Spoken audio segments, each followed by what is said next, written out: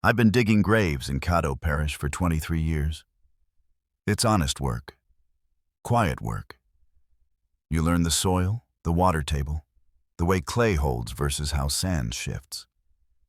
You learn to read the earth like some people read books. But I never learned to read that plot in Section 7. It started in March. We buried a man named Dale Roscoe. Heart attack, 56. Left behind a wife and 2 daughters. Standard service, standard depth. 6 feet measured twice. The soil was good, mostly clay with some loam. The kind that packs tight, drains well. No issues. I backfilled the grave myself. Took my time, tamped it down in layers like I always do. By the time I finished, the plot was level, solid. I planted the temporary marker and went home.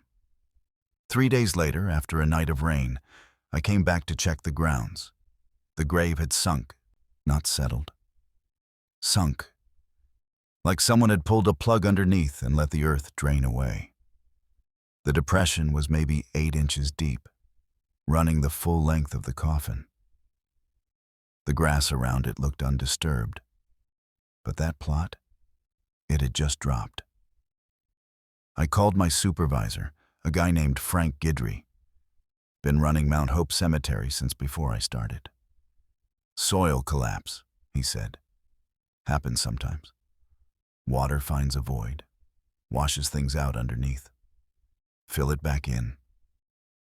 So I did. Brought in fresh soil, tamped it down, made it level again. 2 weeks later, another rain. Heavier this time. Thunder that shook the windows of the maintenance shed. The grave sank again, deeper this time, almost a foot. And the shape was wrong. The depression wasn't uniform anymore. It was wider on one end, narrower on the other, like something underneath had turned. Frank came out personally, stood there with his hands on his hips, staring at that sunken plot like it had insulted him. "We're going to have to dig it back up," he said. "Check the vault. Make sure it's not cracked." Vaults are concrete boxes we put caskets in. Keeps the ground from settling, protects the coffin from the earth pressing down. They're solid, heavy, don't crack easy. We scheduled the excavation for the following week. Brought in a backhoe. I supervised. We dug carefully. You don't want to hit the vault wrong, damage anything. About 4 feet down, we should have hit concrete. We didn't find it until 5.5 feet. The vault had sunk, not just settled. Sunk, like the earth beneath it had opened up and swallowed it deeper. Frank climbed down into the hole. I followed. The vault looked intact, no cracks, no damage. But when we cleared the soil from around it, I saw something that made my stomach turn. The vault had rotated, maybe 15 degrees. The top wasn't aligned with the bottom anymore. Like something inside had shifted its weight. "Foundation failure," Frank said. His voice didn't sound convinced. Soil wasn't as stable as we thought. We reset the vault, used steel straps, a crane, the whole setup. Positioned it level, checked it 3 times, backfilled with compacted gravel and clay. Made that grave stronger than any other plot in the cemetery. Frank patted my shoulder. "That should hold." It didn't. 4 days later, no rain this time, the grave sank again. I found it on my morning rounds. The depression was back, deeper, and this time there was something else. Cracks in the soil, radiating out from the center of the grave, like something underneath had pushed up, then settled back down. Like something had moved. I stood there for maybe 5 minutes, just staring. The morning was quiet. No wind, no birds, just me and that grave, and the feeling crawling up my spine that something was very wrong. I called Frank. He didn't answer. Left a voicemail. Then I did something stupid. Something I've regretted every day since. I stayed. I wanted to understand. 23 years of digging graves. I'd never seen soil behave like this. Never seen a plot that wouldn't stay put. So I brought a folding chair from the shed, sat down about 20 feet away, and watched. The sun moved across the sky. Morning turned to afternoon. Nothing happened. But around 4 p.m., when the shadow started growing long, I heard it. Gurgling, deep, wet, like water moving through a pipe, or air bubbling through mud, coming from the ground. I stood up, walked closer.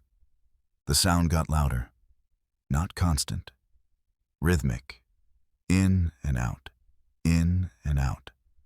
Like breathing, I knelt beside the sunken plot, put my hand on the soil.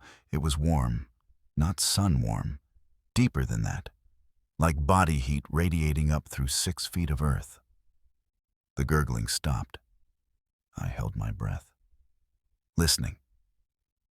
The cemetery was silent. No traffic from the road, no lawn equipment, nothing. Then the ground beneath my hand moved. Not much. Just a tiny shift, a twitch like a muscle spasm beneath skin. I jerked backward, fell on my ass, scrambled away from that grave like it had burned me. The soil settled, went still. But I could see it now, the way the depression had changed shape. The way it looked less like a sinkhole and more like an impression. Like something underneath had pressed against the earth from below, testing it, then relaxed. I grabbed my chair, left it, went straight to my truck. Frank called me back around 6. I told him everything. He went quiet for a long time. "You working tonight?" he asked. "No, sir. Off at 5. "Good. Go home. We'll look at it tomorrow." But I couldn't go home. Not yet. I drove to the parish records office, stayed until they closed at 7, going through files. I wanted to know who else had been buried in Section 7. Whether there were other plots with problems. There weren't. Section 7 had been opened in 2008. 37 graves. Dale Roscoe was number 38. Every other burial was fine. No settling, no sinking. Just that one plot. I found Dale Roscoe's death certificate. Massive myocardial infarction, heart attack, died at home in bed.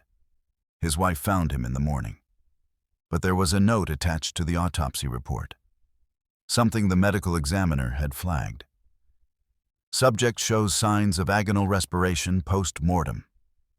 Musculature indicates sustained struggle. Unclear timeline. Agonal respiration. That's when your body keeps trying to breathe after your heart stops. Gasping, irregular. It usually lasts seconds, maybe a minute. But the note said, sustained. I drove back to Mount Hope. I don't know why. The gates were locked, but I had a key. I parked by the maintenance shed, grabbed a flashlight. Section 7 was at the back of the cemetery. Quarter-mile walk through the plots. The moon was up, almost full. Gave everything a blue-gray cast. I could see Dale Roscoe's grave from 50 feet away. It had sunk again. This time the coffin was visible. Just the corner. Bronze. Catching moonlight. Sticking up through the collapsed soil at an angle like something had pushed it from underneath. Rotated it. Forced it toward the surface.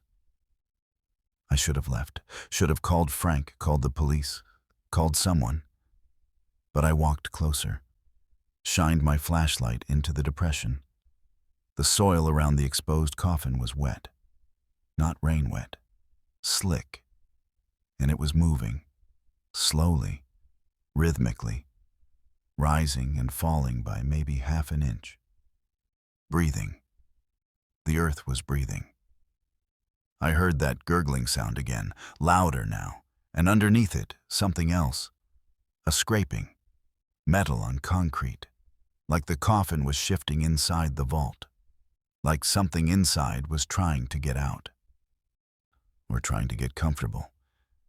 I ran, dropped my flashlight, didn't stop until I reached my truck. My hands were shaking so bad I could barely get the key in the ignition. I called Frank from the parking lot, told him I was done. He tried to talk me out of it, said we'd figure it out, but I didn't care. 23 years was enough. They excavated Dale Roscoe's grave the next day. Brought in structural engineers, soil specialists, the whole team. I heard about it from one of the other workers. They found the vault cracked, not from external pressure, from inside.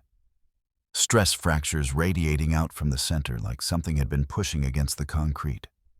Repeatedly. The coffin was intact, sealed, but it had rotated almost 90 degrees inside the vault. The handles were scraped. The bronze was scratched. They opened it. Dale Roscoe looked exactly like he had at his funeral, hands folded, suit neat, face peaceful.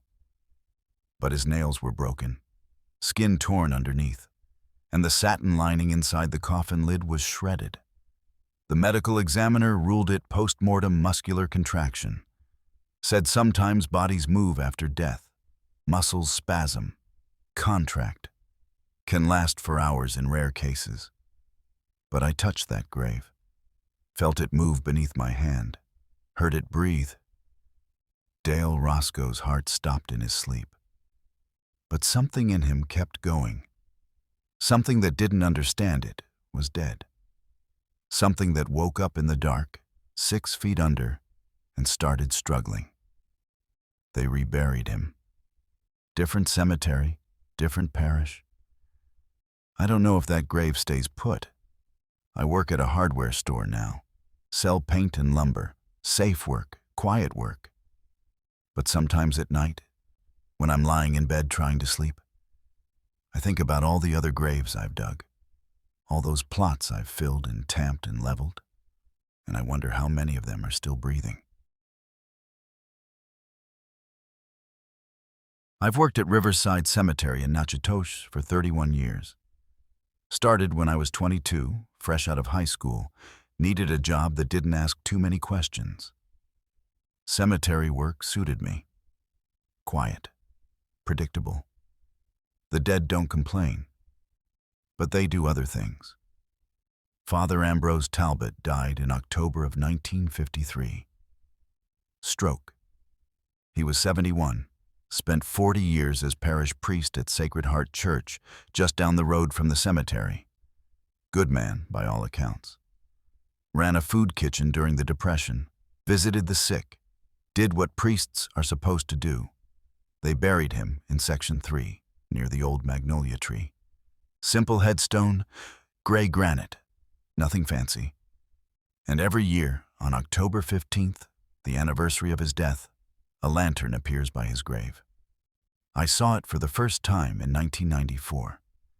I was working late, finishing up after a burial. The sun had set maybe 20 minutes earlier. That October twilight that turns everything purple and soft. I was loading tools into the shed when I caught movement near Section 3. A light, pale yellow, flickering. I figured someone had left a candle. Families do that sometimes. Memorial vigils. I walked over to check it. Open flame in a cemetery is a fire hazard, especially this time of year when everything's dry. But when I got close, maybe 30 feet away, the light moved. Not blowing in the wind, not swaying. It moved. Drifted sideways about 10 feet, then stopped. Hovered maybe 3 feet off the ground, just hanging there beside Father Talbot's headstone. I stopped walking. My brain was trying to make it make sense. Reflection off a car window, light from the church. But the church was dark. The parking lot was empty. The light flickered once, twice, then went out. I stood there in the growing dark for maybe 5 minutes, waiting, listening. Nothing happened. Eventually, I went back to the shed, locked up, went home. Didn't mention it to anyone. Figured my eyes were playing tricks. But the next October 15th, it happened again. Same time, same place. That pale yellow light flickering by Father Talbot's grave. This time I watched from a distance, stayed by the maintenance building, kept still. The light appeared around 7:30 p.m., hovered for maybe 10 minutes, then drifted north, toward the older section of the cemetery, and vanished near the tree line. I asked around, talked to some of the older workers. A guy named Vernon, he'd been there since the 60s, just nodded when I mentioned it. "Father's lantern," he said. "Been doing that since he died. Every anniversary." "Someone's bringing it," I said. "Playing a prank." Vernon shook his head. "Check the gate logs. Nobody comes in after dark on the 15th. Nobody living anyway." I thought he was messing with me, but I checked. He was right. October 15th, every year, the gates closed at 6 p.m. No visitors after that, no cars in the lot. Just me and the groundskeeper on duty. And that light. For years, I just accepted it. Cemetery work teaches you that some things don't have explanations. You learn to look the other way. Mind your business. Go home. But last October, something changed. I was doing my usual late patrol, making sure everything was locked up. It was the 15th. I knew the light would show up. I'd seen it probably 15 times by then. Usually I just watched for a minute, then moved on. This time, I decided to follow it. I don't know why. Maybe after 31 years, you get curious. Maybe I was tired of not knowing. Whatever the reason, when that pale yellow light appeared by Father Talbot's grave and started drifting north, I followed. I kept my distance, maybe 40 feet back. The light moved slowly, steady, like someone carrying it was in no hurry. It passed through Section 4, then Section 5. The older parts of the cemetery, where the stones are weathered and tilted, dates from the 1800s. The light stopped at the far north corner, near the fence line, where the live oaks grow thick and the ground gets uneven. I moved closer, crouched behind a mausoleum, watched. The light hovered over a spot of bare earth. No headstone, no marker, just grass and weeds. It flickered there for maybe 30 seconds, then went out. Complete darkness. I waited for my eyes to adjust, used my phone flashlight to navigate back, but I marked the spot in my memory, near the fence, beside an oak with a split trunk, about 10 feet from the old Guidry family plot. The next morning, I went back in daylight, found the spot, clear as anything, a depression in the ground, maybe 6 feet by 3 feet, rectangular, like a grave. But there was no marker, no record in my mental map of the cemetery, and I know every plot, know where the empty spaces are, where we've got room for new burials. This spot shouldn't exist. I went to the office, pulled the maps. Section 5, north corner. According to the records, that area was buffer space, never used for burials, just maintained as open ground. But that depression was real. Shaped like a grave, settled like a grave, old like a grave. I spent my lunch break in the parish archives. Sacred Heart keeps records going back to the 1840s. Burial logs, death certificates, church registry. I went through October 1953, the month Father Talbot died. Found something that made my hands go cold. A notation, barely legible, written in pencil at the bottom of the page for October 23rd. Burial, unmarked. Plot declined by family. Rites performed by Father A.T. Location, north boundary. No name, no age, no cause of death. Just that note. 8 days after Father Talbot died, he'd buried someone. Or rather, the church had. And they'd done it without a marker. Without a record in the cemetery ledger. That kind of burial means one of two things. Either the person had no family to pay for a proper plot, or the family didn't want them buried in consecrated ground. I went back that night, brought my shovel. I don't know what I was thinking. Maybe I wanted to confirm it was really a grave. Maybe I just needed to know. The sun was setting when I reached the spot. That same purple twilight. The air smelled like rain coming. I pushed the shovel into the ground. The soil gave easily. Too easily. Like it had been disturbed before. Recently. I dug maybe 6 inches down when I heard it. A sound. Behind me. Like a footstep. Soft. Deliberate. I turned around. The lantern was there. 10 feet away. Hovering at chest height. That same pale yellow light. Flickering. But this time I could see what was behind it. Or rather, what wasn't behind it. The light had no source. No wick. No flame. No glass housing. Just luminescence hanging in the air. Casting shadows on the ground that moved wrong. That bent at angles that didn't match the light. My throat went dry. The shovel felt heavy in my hands. The light flickered. Once, then started moving. Toward me. I stepped back. My heel caught on something. I went down hard, landed on my back in the dirt. The shovel fell beside me. The light stopped directly overhead. I could feel warmth from it. Not heat. Warmth.